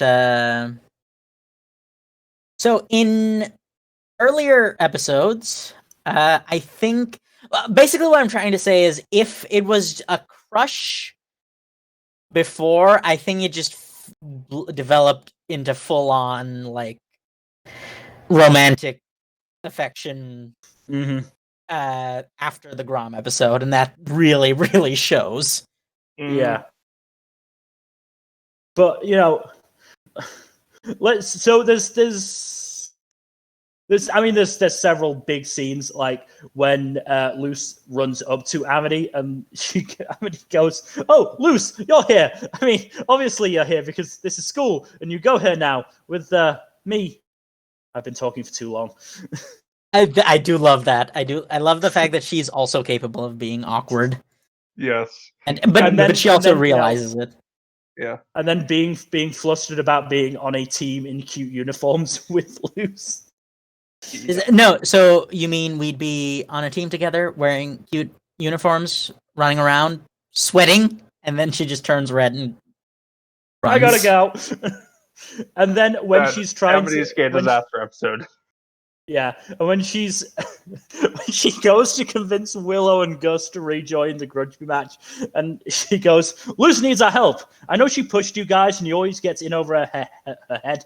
She can be so stupid," which I love. I mean, hey, in any case, she needs you right now, which is sweet. I mean, I hate it and it's dumb. And like Gus clearly doesn't understand, but Willow is just like, I see you. I see all of you. Poor disaster. Yeah. To the path you've chosen to walk, huh? And then the final Amity scene of she hurts a leg in the match, and Luke's like, "Are you sure I could carry you?" And Amity goes, "I'm fine. Who's Amity?" Luce picks her up, and she goes, "Oh wow, sports." Oh god. Yeah, no. She is clearly having a bit of a mental breakdown at that point. I mean, there's also other things in this episode from Amity that isn't even related to Luce. Like when she explains that Boscha only thinks in grudge return, Luce goes, "I'm picking up what you're putting down," and Amity looks down, just like, "I'm not putting anything down." Yeah. Bit like she is, though. Yeah. Oh, she is. But there's also this episode. There's also the stuff with Boscha where Luce Boscha says, got away with murder? I can't say I support that, but I'm glad she's trying new things. Yeah. Oh, okay, so... And the fact that Boscha makes it clear that she's going to bully the hell out of Willow, and Lou says, she can't follow us around all day, and cut to the end of the day. She followed us around all day. She literally followed us around all day. Great. Oh, the comedy God. in the show is on point, I swear. It is. I mean, these 3 episodes are just all so fucking good. They really are. Honestly, like one of my favorite episodes. I'll let you finish your thought, but so no, I was going to do a bit of a segue, but what my segue was that I'd like to kind of talk about Principal Bump. Can just before we do, can I just mention one last thing about the Grudgeby episode, which is fucking Loose just going off on the concept of the rusty smidge, which oh my god, yeah, such a like unsubtle take that at Quidditch that I am just so in love with it. Great take. Luz has a lot of take that's at a lot of things. Like, I love her whole thing on Crunch during the author episode. Yeah. That's good, but like her whole rant about the rusty smidge is just like so good. It's like, I had to stop the episode there because I was laughing too hard. It's like, yeah, no, fucking the damn golden snitch in Quidditch is kind of a bullshit thing, and that gets really called out really hard here. Yeah. Oh god. Anyway, it's like I kind of want to bring up that we'll talk about Principal Bump, and then we'll talk about the season, the 2-part finale, because that also needs to be talked about. We also haven't really talked about Lilith all that much. We can talk about her after Principal Bump. There are also a ton of little world building things to talk about, but if we get to them, because there's like a lot of stuff there. Well, yeah. So the thing about a lot to offer. Yeah. So the reason I want to talk about Principal Bump is that he, in a show that's kind of about like authority figures and parental figures forcing you to conform, and like the whole that's bad, and authority figures in general being bad, Principal Bump is a refreshingly reasonable authority figure. Yeah, he is.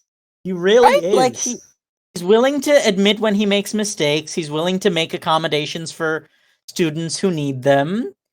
Granted, he banishes them to brainwashing first, but that's more a product of the Boiling Isles in general. Everyone's a little bit evil in the Boiling Isles, so you can't really hold it against him specifically. Well, yeah, but I mean, there's also, of course, some of the weird things about Bump, what he allows and doesn't, also goes into, how much people give a crap about the actual rules in the entire society. It does go into that, but I'll give some time to go into that one. He clearly has no love for the Emperor and the Emperor's Coven. Because like he says that both Luce and Ida are safe, at Hexside.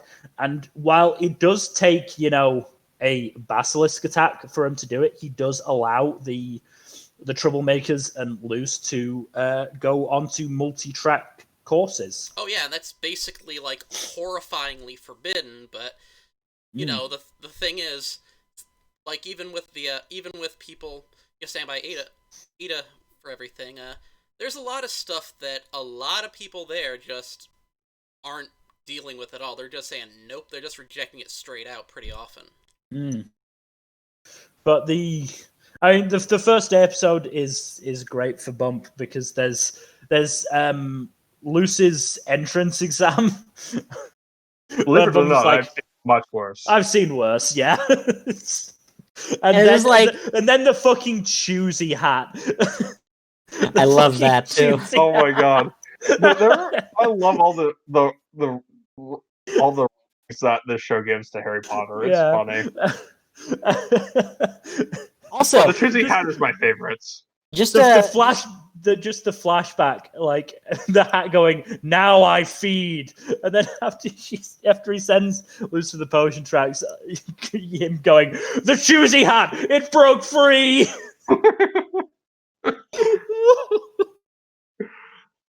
Oh god! Yeah, Bump is surprisingly reasonable as an authority figure compared to most every other authority figure in the series. To be honest.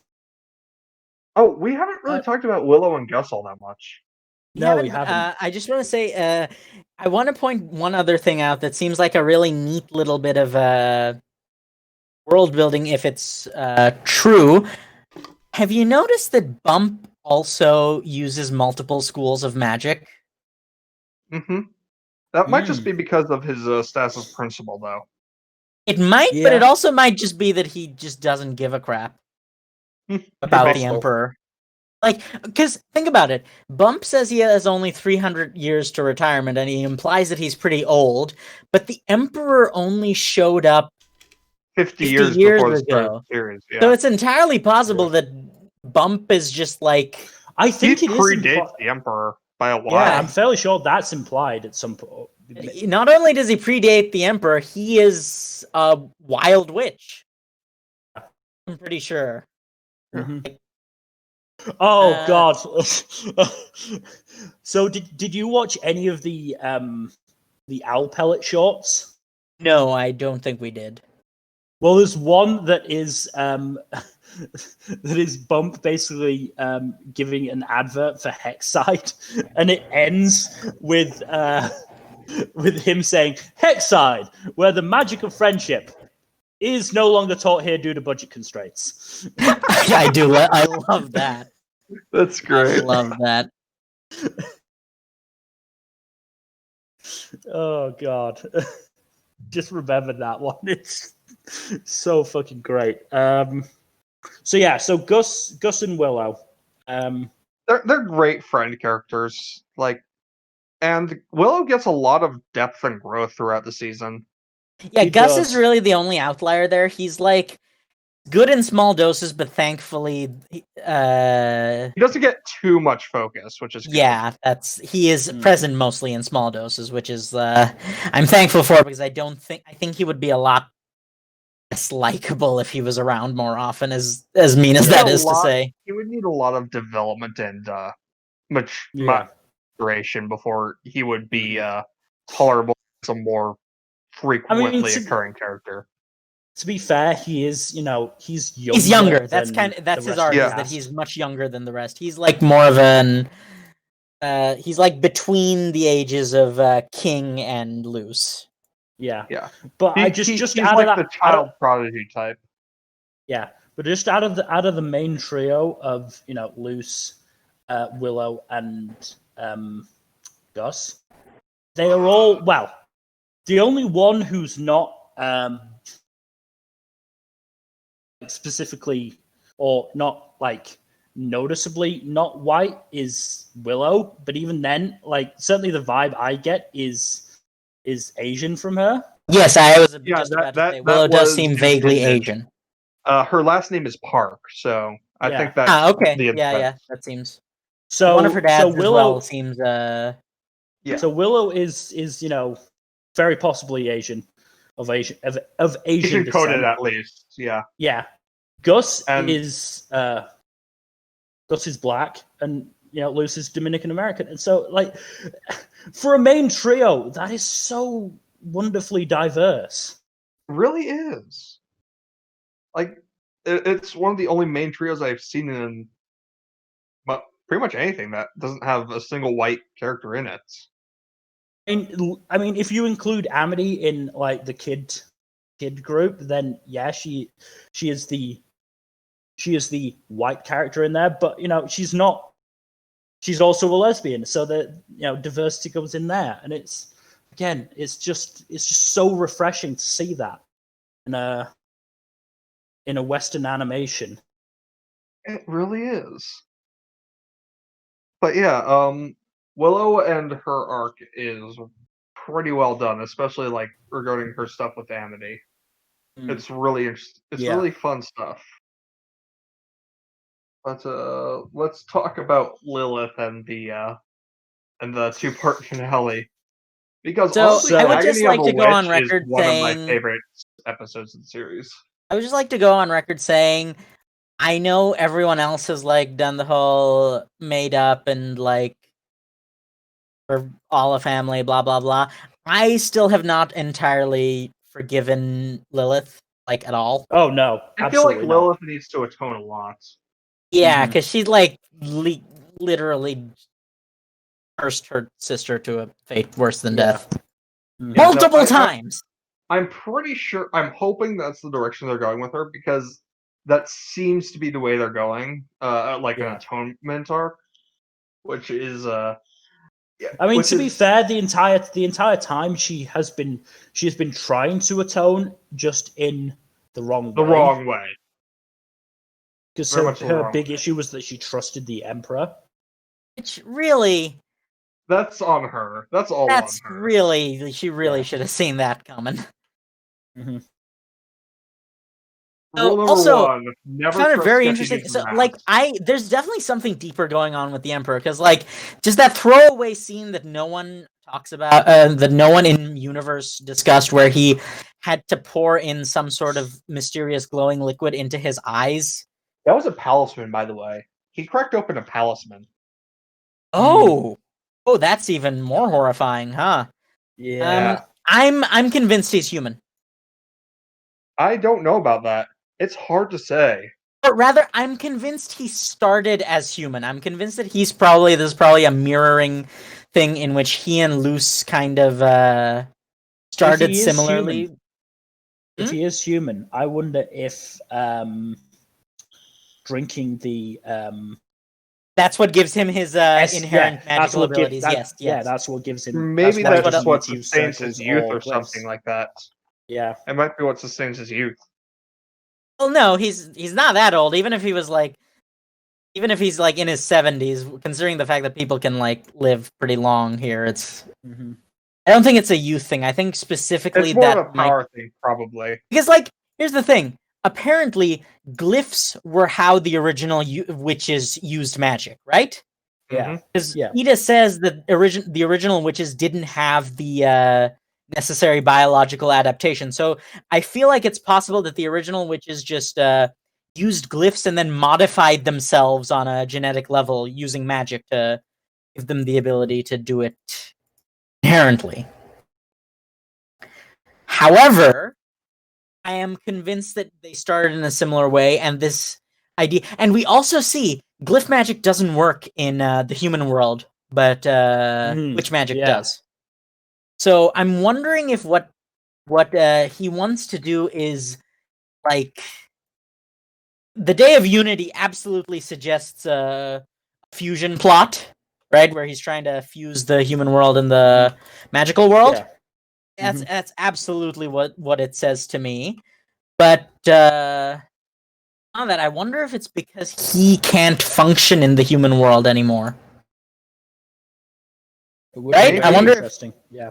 I wonder if he's like trying to make it so that he can survive in the human world now, and that to give himself more options. Like maybe he doesn't necessarily want to invade and rule the human world, but maybe he does want to be able to like open up the human world to magic. Yes.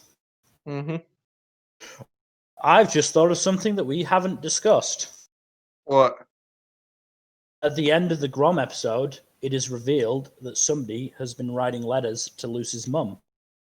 Oh, Oh, yeah, that's shit. not horrifying at all. That's Yeah. not ominous at all. Yeah, No, so siree. it's also there's a lot of things that aren't explained. I think for like intentionally being kept obfuscated. Like, where exactly did this portal? Why does Ida have what seems to be the only existing portal, consistent portal to the human world? Well, I We mean, know there's other ways to get to the human world, but from how everyone's talking about it, it's inconsistent and they talk about it like there's occasionally like crossover, like rifts or something like that. But Ida has a consistent portal. well, I mean, Mm-hmm. well, yeah, I mean, though there's got to be at least one other consistent one, because how else is there going to be the connection where there can still be a whole setup with the letters where that's planned at some point, none of them know about Yeah, it. yeah, There's yeah. at least one more out there somewhere. But Also, but like, strangely enough, it the- might not be in control of the Emperor. I'm starting to wonder if there's a third Oh, yeah, party it involved. doesn't have to be anywhere near the Emperor. Well, no, because why would he want Ida's portal if he had one of his own? Yeah. So I'm wondering to what extent this applies, because it's very clear that there are no other humans there. But if there were portals, you would have thought that there would be at least some, right? No, Well, it might Luce is just be the portals humans aren't big enough for humans. They're not big enough for like artifacts like the But- books that Luz and Amity read.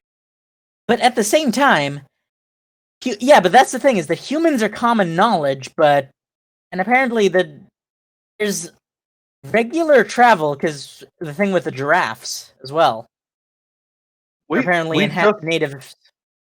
we just don't know at this point, and it's There's a lot of world building here that's like, I have no idea where it's gonna go, but I'm very fascinated to like the fact that it's getting us to talk about it so intensely is like it's just a really good sign of the show. it's a like I never thought I'd see the day where a Disney property had world building that was as engaging as like mainstream high fantasy. Yeah. Yeah.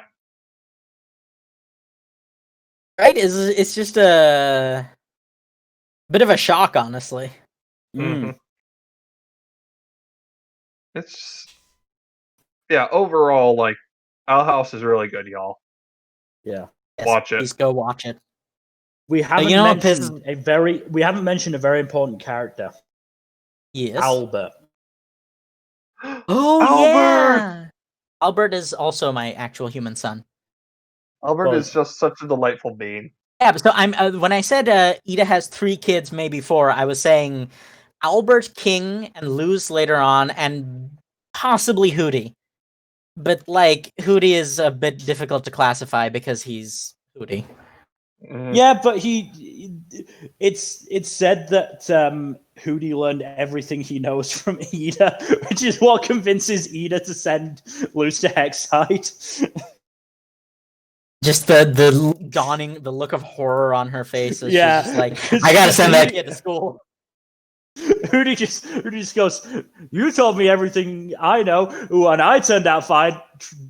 Try to eat a bug that's on the door. Just the look of horror is Just so his tongue, despite the bad. fact that he can stretch Yeah. to potentially infinite lengths. yeah. I just love the dialogue in this series too. Yeah. It's like consistently very good. It's a lot more self-aware than Oh yeah, you'd think. like the whole oh wow, I have failed you as a teacher, and I really need to get Luz to school. Have very similar energy to them. Yeah. And like just on another side note for Principal Bump is that he does seem to legitimately have a passion for teaching, and like remember that the thing that really convinces him is not the fact that they helped with the basilisk incident, but the fact that Luz says if you're going to if you're trying to look good at the cost of the students, what is the point? And he's like, that's the thing that convinces him, is like, he legitimately seems to care about his students. Right? It's not just like he's not we've seen the money grubbing principal archetype, right? And he's not that. He actively chooses to put his the well-being of his students over the funding and the money.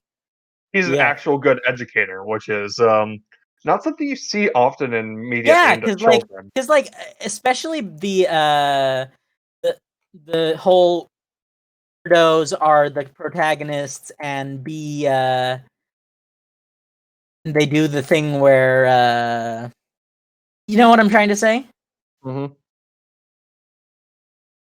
Just the fact that alone is the premise, but they still have a reasonable, like the principal of the school is just a very reasonable authority figure who genuinely seems to care for the children. Mm-hmm. That's not something I expected, and it was a pleasant surprise. Yeah. Like there are a lot of teachers and like principals and admin people who are dicks, but there's also just a lot of genuinely nice people who care about their students. And then at the other end of the spectrum, we have the teachers who are cheering on a kid fights. No, that's just a standard for teachers. Like all teachers just do that. But could I just point out that during the first episode, what I noticed that was the last thing said that before Bump agreed to let the troublemakers like study whatever tracks they wanted, was fucking Gus yelling, "Do the right thing, you dingus!" It's just very funny to me to imagine that was what convinced Bump. That is a fair point. Yeah. I think that covers everything we were going to talk about, unless you guys have. Well, we haven't. Yeah, we just need to do a quick exploration of the finale. Yeah. So, Luz basically is forced to blow up the door that Ida had that leads to the human realm in order to prevent Belos from using it, and also in order to save Ida. Before we get to that, let's be very clear. Luz barreled her way through the conformatorium, like taking out all of the guards there and fucking scaring Wrath into telling her where. That's pretty powerful, huh? Ida was. Yeah. You know what's interesting? There was something I want to mention about the finale that was a little bit of an Easter egg. So there's a scene at the beginning of Agony of a Witch where you see a bunch of wild witches being arrested and brought in to Belos' castle. And then in the finale, they mentioned that Ida's petrification is going to be the first in a long ass time. But you also see, before that happens, a few petrified statues that look very familiar, and include the three most prominent witches in the wagon brought in the previous episode. Huh. Oh. So they're doing secret executions. Yeah. Huh. And petrification, unlike a lot of the spells in the series, is irreversible. That we know of. I'm sure the protagonist will figure something out eventually. Yeah. Hopefully. Yeah. But yeah, so she, barrels through the guards in the conformatorium. Then during the fight with the Belos, yes, Belos is clearly playing with her, but she manages to fucking burn that giant worm from the opening, from the inside out. So do you know what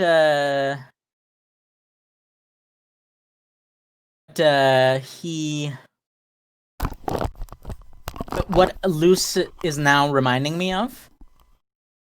What? Go on. There's a series. It's called I believe the series as a whole is called the Mage Errant series. It's kind of a coming of age progression fantasy series that is has some general similarities to. Apparently, the author is friends with Will White of Cradle fame. Where it features, everyone has their own element of magic, including some really obscure ones. And one of the characters featured is someone is a paper mage. So his element of magic is paper, and it's stated early on that paper is basically a useless element for combat. So how he fights with that quote unquote useless element is by making a metric crap ton of paper with enchanted glyphs on them. And then just like going to town that way, and his Does he wind fighting up style. pulling a Conan at some point? Does he wind up pulling a Conan at some point? You're gonna have to be more specific than that. Nart. The trick she pulled off on Toby. With billions. Nartone. I thought you were talking about the barbarian. No. I thought you were talking about the detective. No. No, but the billions upon billions of exploding paper talismans. Yes, actually. Like that character with the paper archmage, he actually has like he spends about 6 to 8 hours, like 4 to 6 hours a day, just making like talismans with glyphs, and a lot of them are explosives, but some of them are also like really, really sharp, like sharp enough to cut through like solid steel without resistance. Nice. Like it just reminded me of like that is the sort of thing that I fully expect Luce at her peak to be doing. That would track. Luce does seem to be the kind who would be dedicated into arts and crafts like that. And for what for how much she is this is also another thing that I like is a nice subversion. She's eccentric, but she is at no point shown to be a bad student or not diligent because of her eccentricity. In fact, she's tried, and that's a really nice subversion in the detention episode as well, is that the people in the detention track aren't there because they hate school. They're there because they enjoy learning too much, and they're like, they want to expand beyond just what they're taught. Yeah, the only reason that before she goes to Hexside, she's only learned one spell is because Ida hasn't taught her any more spells, which is noted hilariously in a couple of points, like at convention when Ida goes, "Okay, what would you do if I chucked a fireball at you?" And Luke just pulls her hoodie up and goes into fetal position. Oh my god! I love Ida's spicy toss. It's my favorite. And then again in the episode before Luce goes to Hexside, where Ida says something like, "Oh yeah, you've only learned one spell. Whose fault is that?" And Luce just goes, "Yours." And he's like, "Well, got me there." And I love the fact that there's a very DBZA like, "No, you're playing me, but you're right" moment in which Luce is like, imagine if your apprentice ends up in the baby class. And then she's like, weaponizing my pride. Well played. also the fact that the start of that episode is fucking the very start of that episode is Amity giving the fifth Azura book back to Luce, and Luce finds some fan art that Amity did in the book. Oh, speaking of fan art, we are planning on doing an episode about fan art and fan fiction somewhere down the line. We absolutely that's going to be a fun one. Yeah. But yeah, go ahead. But then it's probably the first scene after the opening is Luce going to Ida, and what Ida is doing is cooking, and she pours some. She goes, "These vegetables aren't going to cook themselves. Well, not yet anyway. Pour some potion on them. They come alive." And she goes, "Get in the pot." They scream and run away, and she goes, "Why do I always think that's going to work?" Oh god, I fucking love Ida so much. yeah. Like, pretty much all the characters in the show that you're meant to like are actually great characters. Yeah. I think my favorite is probably still the Bat Queen. There's just something about the I am a sucker for the looks horrifying but is actually just a sweetheart trope. Honestly, Right? Like Ida is probably my favorite. Oh, I've forgotten one of my favorite lines from that episode with the Bat Queen, which is where they are where they're walking to the Bat Queen's lairs, and Willow comments on the crunchy twigs they're stepping on. Luce goes, "Willow, those are bones," and Willow just goes, "Not if I don't look down." I do love Willow's the power go-to. of That's apparently her motto is "out of sight, out of mind." Like, Yeah. like the poor girl. She's like, you can tell repression is something she's very familiar with, which I can relate to Also- on a great deal. Also, fucking Gus trying to free himself from the Bat Queen's webs, just getting webbed up Longstar immediately. was laughing his ass off when that gag was going on. Like the final one, What was it you said, Longstar? Like, every time each time is more humiliating than the last, and it's hilarious. Yeah, no, I believe that. That was it. Yeah. Yeah, probably something like that. It's just like, Um, but I love the bedtime routine at the end. It's just like it's so sweet. Yeah. And It's just consume, subversive grow enough to be wise, funny. avoid paper cuts. So we should probably wrap up with final We thoughts should wrap soon. up. I need to go as well. well, the last thing I want to mention is another of the of these owl pellet shorts, which is Luce giving King an art lesson, and she draws Hootie. Hootie sees it and thinks that it's real and just goes insane and starts tearing to shreds. And the way they get Hootie to calm down is Luce draws life-size pictures of herself and King. And it's said that Hootie's been talking to them for like 7 hours. Oh my god. And then Hootie notices Luce and King watching from like a doorway, and he goes, "Wait a minute, who are you? I'm freaking out." Oh god, I live here. High all the time, isn't he? He is. Probably. Yeah, in summation, Owl House is an excellent show. Watch it. Watch it. It's worth it. It's really worth it. I will It's say, worth I'm paying really, money to really the pissed. Disney Overlord for it. I'm really pissed about one thing. It's not on Canadian Disney Plus. No. It's not. I don't think it's. There's any legal way to watch it in Canada. Yeah, that's unfortunate. Yeah, it's like Yeah. why would you region lock it? Well, I because don't you have to know. region lock everything, I mean- right? I mean, it only Right, got hey, added Doc. onto. It only got added onto UK Disney Plus, I think, at the end of October, which is when I Well, got Disney it did- Plus, coincidentally enough. It's what that's also when it got added onto US Disney Plus, Ah, okay. right the day before Halloween. Yeah. Yeah, it's very dumb that it is region locked. That is some I don't bullshit. even know why. Oh, there's another thing. There is a similar show that might be a worse version of this, or it might be like just as good. It's called Amphibia.